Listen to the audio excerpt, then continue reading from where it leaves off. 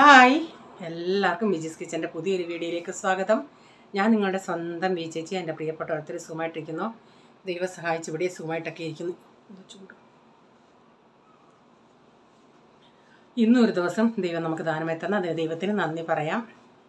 ഇന്നലെ വീഡിയോ ഇടാൻ പറ്റിയില്ല, കാരണം ഇന്നലെ ഒരിത്തിരി കുറച്ചുകൂടെ പർച്ചേസിങ് ഒക്കെ ഉണ്ടായിരുന്നു. അതൊക്കെ കഴിഞ്ഞ് വന്നിട്ട് ഒത്തിരി ലേറ്റായി. ഇന്നലെ റീച്ചാൻ അവധിയായിരുന്നു. കാരണം റീച്ചാൻ ഈ കാനഡ ഈ USA അവിടുത്തെ അവധിയെ കിട്ടത്തുള്ളൂ. നമ്മുടെ ഇന്ത്യൻ അവധിയൊന്നും കിട്ടത്തില്ല. അപ്പം അവിടുത്തെ ഫ്രൈഡേ നമ്മുടെ സാറ്റർഡേ ആയിരുന്നു. അപ്പം ഗുഡ് ഫ്രൈഡേ അവിടെ അവധിയായിരുന്നല്ലേ. അതുകൊണ്ട് ഇന്നലെ റീച്ചാൻ അവധിയായിരുന്നു. അപ്പം ഞങ്ങൾ രാവിലെ തൊട്ട് റീച്ചാൻ ഓട്ടമായിരുന്നു. ഞാൻ പറഞ്ഞതിൽ പോളിന് ജീൻസൊക്കെ നോക്കണമായിരുന്നു. അങ്ങനെ പോളും പപ്പായും ഇവിടെ പോയി. എല്ലാവർക്കും നമുക്ക് ഈ വണ്ണമുള്ളവർക്കെല്ലാം പ്രശ്നം ഡ്രസ്സ് കിട്ടാൻ പ്രയാസമല്ലേ. അങ്ങനെ പോയി അവിടുത്തെ തപ്പിയെടുത്തു.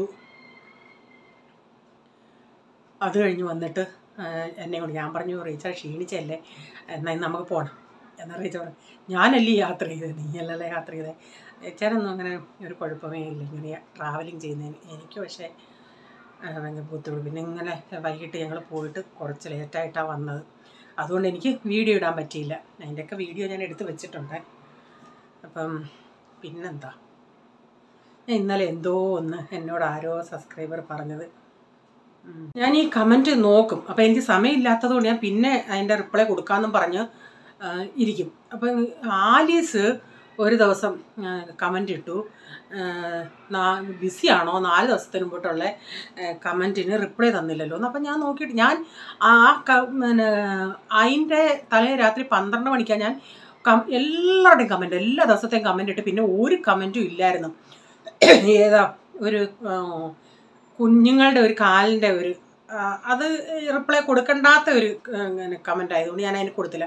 അത് മാത്രമേ വന്ന് കിടപ്പുള്ളായിരുന്നു. അപ്പോൾ ആലീസ് ഇങ്ങനെ പറഞ്ഞ് ഞാൻ പറയുകയും ചെയ്തു, ഞാൻ ഇന്നലെ 12 മണിയാണ് എല്ലാവർക്കും റിപ്ലൈ കൊടുത്ത് എന്തോ പറ്റിയോ എന്തോന്നു. അപ്പോൾ അത് കഴിഞ്ഞ് അന്ന് രാത്രി കാണാം ഈ 4 ദിവസം കഴിഞ്ഞുള്ള കമൻറ്റ്. അതുപോലെ മായ ഇന്നാളിങ്ങനെ പറഞ്ഞു. എനിക്കറിയത്തില്ല കമൻറ്റ് എങ്ങനെ വേറെ പോയിട്ട് പിന്നെ കുറേ നാൾ കഴിഞ്ഞിട്ട് 2-3 ദിവസം കഴിഞ്ഞിട്ടായിരിക്കും ആ കമൻറ്റ് വരുന്നത്. എന്തോ അതെനിക്കറിയത്തില്ല. ഞാൻ കാണുന്നതിനെല്ലാം ഞാൻ റിപ്ലൈ കൊടുക്കും. പിന്നെന്തുവാ,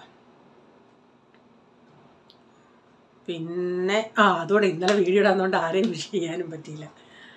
അപ്പോൾ ഇപ്പം ഞാനാണെങ്കിൽ ഇപ്പം പ്രൈസിനെ ഇപ്പം താഴെ വിടുന്നതിലും പറയും എന്തോന്നോ ഇന്ന് പ്രയർ കഴിഞ്ഞിട്ട് വന്ന് ഈ കഴിഞ്ഞിടെ ഒരു കൊച്ചനും ഈ പ്രൈസിനൂടെ വഴക്ക് കൂടിയായിരുന്നു. അപ്പം ഞാൻ പറയും ഇനി ഞാൻ നിന്നെ വിടത്തിലിടാം. പക്ഷേ അതിൻ്റെ 2 ദിവസത്തിന് മുമ്പിട്ട് ഈ കൊച്ചൻ്റെ അമ്മ എന്നെ കണ്ടു പറഞ്ഞ്, ഭാവി ആ നാട്ടിൽ പോകുന്നുണ്ടോ? ഞാൻ പറഞ്ഞാൽ പോകുന്നുണ്ട്. നിൻ്റെ മോനും എൻ്റെ മോനും ഇപ്പോൾ ഭയങ്കര കൂട്ടാണ്, 2 പേരുടെ കുറേ നേരം കളിക്കുമെന്ന്. അപ്പം ഞാനത് കുറച്ച് ദിവസം കഴിഞ്ഞ് 4-5 ദിവസം കഴിഞ്ഞിട്ട് റീച്ചാനോട് രാത്രി പറയുകയും ചെയ്തു, റീച്ച ഇങ്ങനെ ആ കൃഷ്ണയുടെ അമ്മ ഇങ്ങനെ പറഞ്ഞ് അവൻ മാർവാടി കൊച്ച, അവർ രണ്ടും ഭയങ്കര കൂട്ടാന്നൊക്കെ. അത് പറഞ്ഞ് എൻ്റെ പിറ്റേ ദിവസം ഇവന്മാർ രണ്ടും കൂടെ അവിടെ അടി കൂടിയിട്ട് അവരും താഴെ വന്നു, ഞാനും പിന്നെ പോയി. ഞാൻ പറയുകയും ചെയ്തു, അയ്യോ ഞാൻ ഇന്നലെ ഇവൻ്റെ കാര്യം പറഞ്ഞേ ഉള്ളൂ, ഇവനും പ്രൈസിനും നല്ല കൂട്ടാണ്, ഇന്ന് താണ്ട് രണ്ടും കൂടെ അടികൂടി. അപ്പോൾ ഞാൻ രണ്ടുപേരെ അവിടെ നിന്ന് കോംപ്രമൈസ് ചെയ്യിപ്പിച്ച് ഞാൻ പറഞ്ഞ അടികൂടി കളിക്കല്ലേ, നിങ്ങൾ രണ്ടും നല്ല ഫ്രണ്ട്സ് അല്ലേ എന്നൊക്കെ. അതിൽ പിന്നെ ഞങ്ങളുടെ വീടിൻ്റെ നേരെ ഓപ്പോസിറ്റ് 10 നമ്പറിൻ്റെ ഓപ്പോസിറ്റിലാണ് അവൻ്റെ വീട്. അത് പിന്നെ അവരവിടെ ഇന്ന് വിളിക്കും, പ്രൈസൻ കളിക്കാൻ വരുന്നതെന്ന്. അപ്പോൾ ഇന്ന് ഉച്ചയ്ക്ക് ഞങ്ങൾ പ്രയർ കഴിഞ്ഞ് വന്നപ്പോഴും ഒരു 3 മണിയാണ്. ഞാൻ വിടത്തില്ലായിരുന്നു, 2:45 ആയണേ, ഭയങ്കര വെയിലല്ലേ. ഈ കൊച്ചൻ പിന്നെ വിളിച്ചപ്പോൾ എങ്ങനെ വിടാതിരിക്കുന്നതെന്ന് പറഞ്ഞ് വിട്ട്. അത് കഴിഞ്ഞ് 2 ദിവസം പൂർവ്വം കൂടെ പോകുമായിരുന്നു. എനിക്ക് സമയമില്ലാത്തതുകൊണ്ടാണ് ഞാൻ ഇങ്ങനെ ഇവരെ തന്നെ വിടാൻ നമുക്കൊരു പേടി. പിന്നെ എന്തെങ്കിലും ഇതുങ്ങൾ വയറ്റിലൊക്കെ കയറി ഇടിക്കുകയൊക്കെ ചെയ്യുമേ. അങ്ങനെ പോളൂടെ പോയി ഇരിക്കുമായിരുന്നു. ഇന്നങ്ങനെ വിളിച്ചിട്ട് പോയി. പിന്നെ സ്വിമ്മിംഗ് പൂളിൽ പോയി ചേട്ടനും അനിയനും. ഞാൻ പറഞ്ഞ അവരുടെ 2ൻ്റെയും ബെറോസായിൽ വിടല്ലേ, റീച്ചാനോടെ പോകുന്നു. പിന്നെ റീച്ചാനോടെ പോയി. അത് കഴിഞ്ഞ് വന്നോടനെ പിന്നെ കുളിച്ച് അത് കഴിഞ്ഞിട്ട് താഴെ പോട്ടേന്ന് ചോദിച്ചു. ഞാൻ പറഞ്ഞു പോകണ്ടെന്ന്. അവൻ പറഞ്ഞു ഞാൻ 8 മണിയാകുമ്പോൾ. ഞാൻ പറഞ്ഞു പോകണ്ട, ഇനി നീ കുളിച്ച് ഫ്രഷ് ആയതാ, ഇനി പോകണ്ടെന്ന്. പോയിട്ട് വന്നാൽ പിന്നെ വീണ്ടും കുളിക്കണേ. അങ്ങനെ ഇരിക്കുക. കൊച്ചൻ വീണ്ടും വിളിക്കുന്നു, പ്രൈസൻ. ഞാൻ ചോദിച്ചു, കൃഷ്ണ എന്തുവാ? അവനിപ്പോൾ സ്വിമ്മിംഗ് പൂൾ കഴിഞ്ഞ് വന്ന് കുളിച്ചിട്ടിരുന്ന ആൻറ്റി, അവനെ കളിക്കാൻ വിടന്നേ. പിന്നെ ഞാൻ ആ കൊച്ചു വിളിച്ചിരിക്കുമോ എന്ന് പറഞ്ഞ് വിട്ടു. ഞാൻ പറഞ്ഞു എളുപ്പമെങ്കിൽ വരണമെന്ന് പറഞ്ഞ് വിട്ടിട്ടുണ്ട്. എന്തോ ചെയ്യാനാ. പിന്നെ ഇനിയൊന്നുമില്ല, ഇനി നമുക്ക് വീഡിയോയിലോട്ട് പോകാം. ഇന്നത്തെ ബ്രേക്ക്ഫാസ്റ്റ് ഇവിടെ എൻ്റെ 2 മക്കൾക്കും ഇഷ്ടപ്പെട്ട ബ്രേക്ക്ഫാസ്റ്റാണ്. 2 മക്കൾക്കും അല്ല, എല്ലാവർക്കും ഇഷ്ടപ്പെട്ട്. പക്ഷേ അത് എപ്പോഴും ഉണ്ടാക്കിയ നമ്മുടെ ഹെൽത്ത് നല്ല മധുരമായതുകൊണ്ട് ഇവിടെ അങ്ങനെ എല്ലാവർക്കും ഇഷ്ടപ്പെടുന്ന ബ്രേക്ക്ഫാസ്റ്റ് ചുരുക്കമാണ്. ഇതിപ്പോൾ ചേട്ടനും അനിയനും ഭയങ്കരമായിട്ട് ഇഷ്ടപ്പെട്ടു. ഓക്കെ, ഞാൻ ബ്രേക്ക്ഫാസ്റ്റ് ഉണ്ടാക്കാനായിട്ട് ആദ്യം അങ്ങ് ഇതിപ്പം നമ്മൾ റവയ്ക്കകത്ത് റവ അൽവ, സൂചി അൽവ, റവ അൽവ എന്ന് പറയാം. അപ്പോൾ അതിനു വേണ്ടി ഞാൻ 1 കപ്പ് റവയാണെങ്കിൽ 3 കപ്പ് വെള്ളം, ആ രീതിയിൽ ഞാൻ ഇപ്പോൾ 2 കപ്പ് റവ എടുക്കുന്നുണ്ട്. അതിന് 6 കപ്പ് വെള്ളം ഒഴിച്ചിട്ട് 1/2 കപ്പ് കൂടെ കൂടുതൽ ഒഴിച്ചാലും കുഴപ്പമില്ല കേട്ടോ. അത് ഇത്തിരി ലൂസായിട്ടിരിക്കുമ്പോഴാണ് കുറേയും കൂടെ നമുക്ക് കഴിക്കാൻ ടേസ്റ്റ്. അപ്പോൾ അതിൻ്റെ മധുരത്തിനാവശ്യമായ ശർക്കര ഞാനിട്ട് ആ വെള്ളത്തിൽ തന്നെ ഇട്ടിട്ട് ഒരു പിഞ്ച് ഉപ്പ് കൂടി ഇട്ടിട്ടുണ്ട്. അപ്പോൾ ഇതിനകത്ത് ക്യാഷ്യൂനട്ടും കിസ്മിസൊക്കെ ചേർക്കുമ്പോൾ കുറേയും കൂടെ നല്ലതാണ്. എൻ്റെ കയ്യിൽ ക്യാഷ്യൂനട്ട് ഇല്ലായിരുന്നു, ഞാൻ ഇച്ചിരി ഉണക്ക മുന്തിരിങ്ങ മാത്രം ഇട്ടതൊന്ന് നെയ്യിൻ്റെ അകത്തിട്ടൊന്ന് വറുത്തെടുത്ത് മാറ്റി വെച്ചിട്ടുണ്ട്. എന്നിട്ട് കുറച്ചുകൂടെ നെയ്യ് ഒഴിച്ചിട്ട് നമുക്ക് ഈ റവയൊന്ന് ആ നെയ്യിലിട്ട് നന്നായി ഒന്ന് വറുത്തെടുക്കണം. അപ്പോൾ ഈ നിങ്ങൾക്ക് ഞാൻ പറഞ്ഞ അണ്ടിപ്പരിപ്പൊക്കെ ഉണ്ടെങ്കിൽ അതൊക്കെ വറുത്ത് ചേർക്കാം. അപ്പോൾ അതൊക്കെ ഇടയ്ക്ക് കടിക്കാൻ കിട്ടുമ്പോൾ നല്ലൊരു ടേസ്റ്റായിരിക്കും. അപ്പോൾ ഇതിലേക്ക് ഞാൻ ഇച്ചിരിയും കൂടെ നെയ്യൊന്ന് ചേർത്ത് കൊടുക്കുന്നുണ്ട്. നെയ്യൊക്കെ ചേർക്കുന്നത് കുറേയും കൂടെ ടേസ്റ്റ് കിട്ടും. പിന്നെ നെയ്യ് അങ്ങനെ ഇല്ലെങ്കിൽ 1 ടേബിൾ സ്പൂണേലും നെയ്യ് ചേർക്കണേ. നെയ്യിലാവുമ്പോഴാണ് ഇതിന് കുറേയും കൂടെ നല്ലൊരു ടേസ്റ്റ്.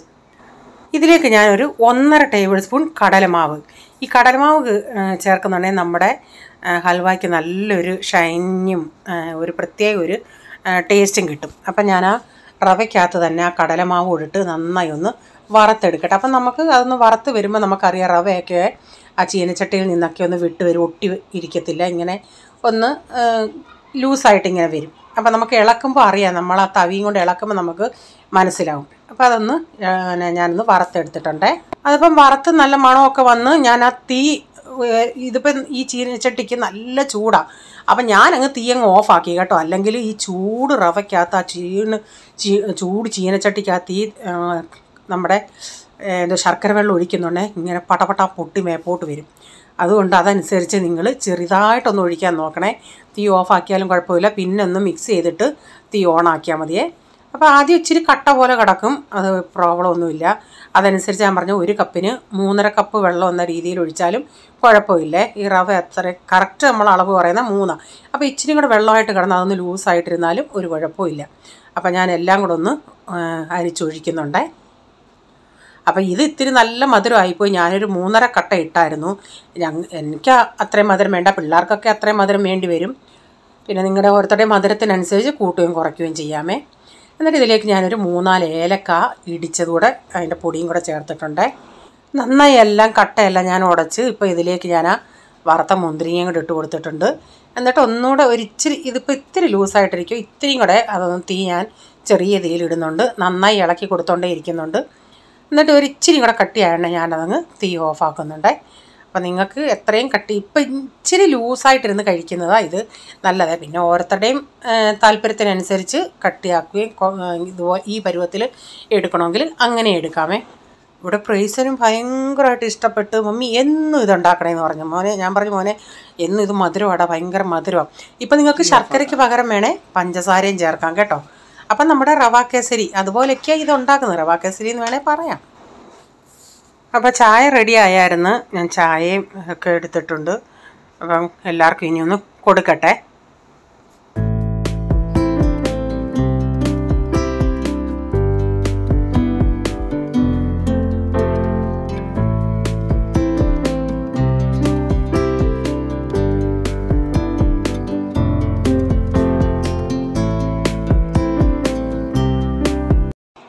രാവിലത്തെ എല്ലാം കഴിഞ്ഞു. അതിനുശേഷം പിന്നെ തോരൻ വയ്ക്കാനായിട്ട് ഞാൻ ഉരുളൻകിഴങ്ങ് തോരൻ വയ്ക്കാമെന്ന് വെച്ച്. അപ്പോൾ അതാകുമ്പം പെട്ടെന്നുള്ള ഒരു തോരനാണ്. തേങ്ങ അരച്ച് തോരൻ വെക്കും, മെഴുക്കുവരട്ടിയല്ല, തോരൻ.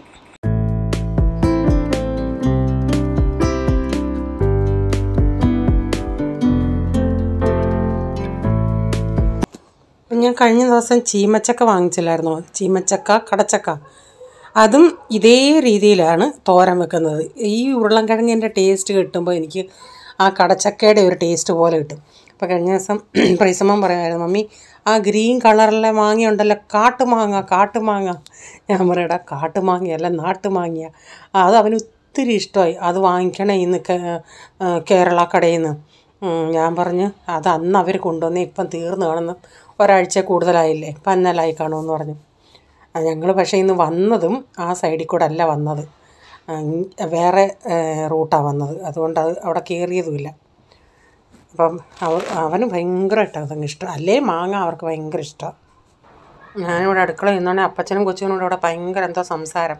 അപ്പോൾ അപ്പച്ചൻ ഇന്നിട്ടേക്കുന്ന ടീഷർട്ട് ഞങ്ങളന്ന് പോയില്ലേ അന്ന് വാങ്ങിച്ചത്. അപ്പം ഞാൻ സെലക്ട് ചെയ്ത കളറാണ് ഇത്. അവർ റീച്ചാനും പോള് കറുപ്പെടുത്ത് റീച്ചാൻ വേറൊരു കളർ എടുത്ത്. ഞാൻ പറഞ്ഞു ഇത് മതിയെന്ന്. അപ്പോൾ ഇന്ന് അതാ ഇട്ടേക്കുന്നത്. ഞാനത് കാണിക്കാമേ. ഇന്ന് അപ്പച്ചനും കൊച്ചുമോനും ഒരേ കളറാണ് ഇന്ന്.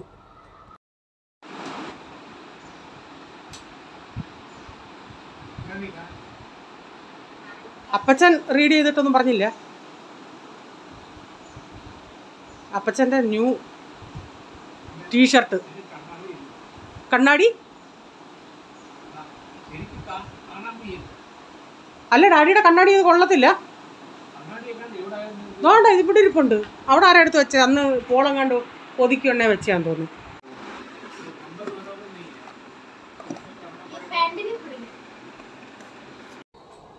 അവൻ പ്രൈസമ്മോൻ്റെ ഗിഫ്റ്റ് കിട്ടിയായിരുന്നു ചർച്ചയിൽ നിന്ന് 2-3 സ്റ്റോറി ബുക്ക്. അപ്പം ഞാനതാ ചോദിച്ചു അപ്പച്ചൻ റീഡ് ചെയ്തില്ലോ എന്ന്. അന്നേരം ഡാഡി പറയുന്നത് എൻ്റെ കണ്ണ് കാണുന്നില്ലെന്ന്. ഡാഡിയുടെ എന്നാൽ ഡാഡി ഒന്നും പറയത്തില്ല. കുറേ നാളോട് കണ്ണാടി ഈ ഒരിടയ്ക്കൊന്ന് അടുക്കിയായിരുന്നു. അപ്പോൾ അവൻ അതെടുത്തങ്ങാണ്ട് അവിടെ കണ്ട് എടുത്ത് വെച്ച്. അപ്പം ഞാനത് ഈ കഴിഞ്ഞ ദിവസം എന്തോ നോക്കാൻ പോയാണ്, ഞാൻ കണ്ടായിരുന്നു കണ്ണാടി അവിടെ ഇരിക്കുന്നത്. ഞാൻ അന്നേരം പറഞ്ഞു കണ്ണാടി കണ്ടില്ലെന്ന്. ഞാൻ പറയുമോ കണ്ണാടി ഇവിടെ ഇരിപ്പുണ്ടെന്ന്. അപ്പം സ്റ്റോറി റീഡ് ചെയ്തിട്ട് അവന് കഥ പറഞ്ഞു കൊടുക്കുന്നു ഞാൻ. ഇപ്പോൾ ഞാൻ തുണിയെല്ലാം കഴുകി കഴിഞ്ഞായിരുന്നു. അത് കഴിഞ്ഞ് അവനിപ്പം ഇട്ടത് ഷർട്ട് ഇടാൻ കൊണ്ടുവന്നു. ഞാൻ പറഞ്ഞു ഇന്നിനി പോക്കത്തില്ല, നാളത്തെ ലോട്ടിൽ കഴുകാമെന്ന്.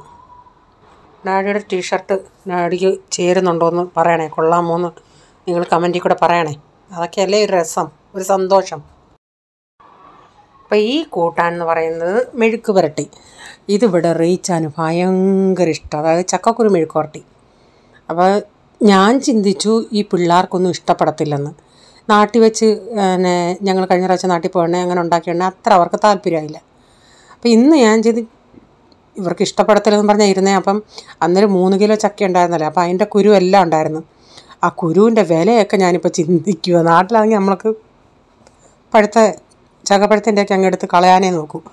ഞാനിതിൻ്റെ പാടം ഞെട്ടിയിട്ട് കഴുകി ഉണക്കി എടുത്ത് വെച്ചതാണ്. എന്നിട്ട് നന്നായിട്ട് നമുക്ക് പിച്ചാത്തി കൊണ്ട് ഇങ്ങനെ കണ്ടിക്കാൻ തന്നെ പാടായിരുന്നു. കാരണം അത്രയ്ക്കങ്ങ് പഴുത്തരിയായിരുന്നു.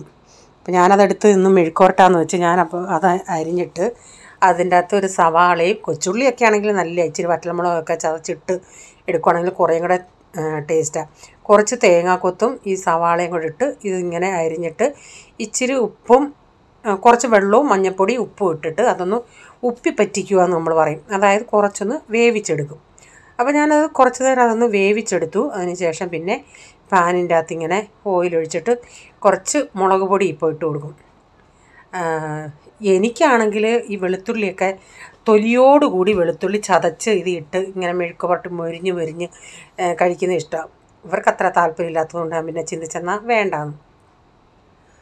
ഞാൻ എന്നിട്ട് ഇത്തിരി കടുക് ഇട്ടിട്ട് കുറച്ച് മുളക് പൊടി ഇട്ടു. അപ്പോൾ ആ മുളക് പൊടി ഇട്ടുണ്ടേ ഇച്ചിരി തീ കൂടിപ്പോയി. അതുകൊണ്ട് ഞാൻ പെട്ടെന്ന് അങ്ങ് പാൻ അപ്പുറത്തോട്ടങ്ങ് മാറ്റി വെച്ച്. തീ കുറച്ചിട്ടും അതിന് കരിഞ്ഞു പോകണ്ടെന്ന് പറഞ്ഞ് ഞാൻ പിന്നെ അപ്പുറത്ത് അടുപ്പത്തോട്ട് വെച്ച്. എന്നിട്ട് ഈ നമ്മൾ വേവിച്ച് ചക്കക്കുരു ഇട്ടിട്ട് അതിൻ്റെ അകത്ത് ഇച്ചിരി ഒരു 1/2 ടീസ്പൂൺ ഗരം മസാലയും 1/2 ടീസ്പൂൺ കുരുമുളക് പൊടി 1/2 ടീസ്പൂൺ ഇട്ട് അതുകൂടി ഇട്ടിട്ട് പിന്നെ ഇടയ്ക്കിടയ്ക്ക് ഇത് നന്നായി ഇളക്കിയിട്ട് ഇങ്ങനെ ഇടയ്ക്കിടയ്ക്ക് ഇളക്കി കൊടുത്താൽ മതി. ചെറിയ തീരെ അവിടെ കിടന്ന് മൊരിഞ്ഞ് വരണം. ദൈവമേ, ഇവിടെ തികഞ്ഞില്ലെന്ന് വേണം പറയാൻ. ഇവിടെ ഇവന്മാർക്കെല്ലാം ഇഷ്ടമായെന്നുള്ളത്. അപ്പം ഞാൻ ചിന്തിച്ച് ഇത്രയും ക്വാണ്ടിറ്റി ആയതുകൊണ്ട് റീച്ചാൻ ഇത് ഭയങ്കര ഇഷ്ടമാണ്. അങ്ങനെ എല്ലാവർക്കും ഉണ്ടായിരുന്നു കഴിക്കാൻ. ഇത്ര ഉള്ളതുകൊണ്ട് ഒരു നേരം മതിയായിരുന്നല്ലേ, അതുകൊണ്ട് നന്നായിട്ട് കഴിക്കാനുണ്ടായിരുന്നു. നാട്ടിൽ പോള് വയ്ക്കുമോ നാട്ടിൽ ചെല്ലുമ്പോൾ ഇത് കാണുമോ മമ്മി? അപ്പോൾ നാട്ടിൽ ചെല്ലുമ്പോൾ ഇനി അറിയത്തില്ല, അതൊക്കെ ഉള്ള സാധനങ്ങൾ അവർക്ക് പിന്നെ ഇഷ്ടപ്പെടത്തില്ലല്ലേ. എന്താണെങ്കിലും ഇന്നത്തെ ബ്രേക്ക്ഫാസ്റ്റ് ഇവന്മാർക്ക് ഇഷ്ടപ്പെട്ട്, ഇതും ഇഷ്ടപ്പെട്ടു. അപ്പോൾ നമുക്കും ഒരു സന്തോഷമല്ലേ. ഇതിൻ്റെ അകത്ത് തേങ്ങാക്കൊത്തിട്ടിട്ടും അവർക്കൊരു കുഴപ്പമില്ലായിരുന്നു. ഇടയ്ക്ക് ആ തേങ്ങാക്കൊത്തൂടെ കടിക്കുമ്പോഴാണ് നമുക്ക് നല്ലൊരു ടേസ്റ്റ് കിട്ടുന്നത്. ആ ചക്കക്കുരുവിൻ്റെ കൂടെ അങ്ങിട്ടങ്ങ് വേവിച്ച തേങ്ങാക്കൊത്ത്, എന്നിട്ട് ഇതിൽ കിടന്നങ്ങ് മുരിഞ്ഞോളും. അപ്പം നിങ്ങളൊക്കെ ചക്കക്കുരു മെഴുക്കുവരട്ടി ഇങ്ങനെയാണോ വെക്കുന്നത്? മറുപടി പറയാൻ താല്പര്യമുള്ളവർ കമൻറ്റിലൊന്ന് റിപ്ലൈ ഇട്ടേക്കണേ. അപ്പോൾ ഇന്നത്തെ വീഡിയോയിലെ വിശേഷങ്ങൾ ഇതൊക്കെയായിരുന്നു. നിങ്ങൾക്ക് വീഡിയോ ഇഷ്ടമായെങ്കിൽ ലൈക്ക് ചെയ്യണേ, നിങ്ങളുടെ അഭിപ്രായം കമൻറ്റിൽ കൂടെ അറിയിക്കണേ. സബ്സ്ക്രൈബ് ചെയ്യാതെ ആരും കാണുന്നുണ്ടെങ്കിൽ വീഡിയോ ഇഷ്ടമായി വീണ്ടും ചാനൽ കാണണമെന്ന് ആഗ്രഹമുണ്ടെങ്കിൽ ഒന്ന് സബ്സ്ക്രൈബ് ചെയ്തിട്ട് ആ ബെല്ലൈക്കൺ കൊണ്ട് പ്രസ് ചെയ്യുകയാണെങ്കിൽ ഓൾ എന്നൊരു ഓപ്ഷൻ വരും. അതോടെ പ്രസ് ചെയ്യുകയാണെങ്കിൽ ഞാനെന്ന വീഡിയോയുടെ നോട്ടിഫിക്കേഷൻ നിങ്ങൾക്ക് എന്നും വരുന്നതായിരിക്കും. ഇനി ഒരു പുതിയ വീഡിയോയുമായി വരും വരെ bye, God bless you all. Thank you, take care, bye, see U.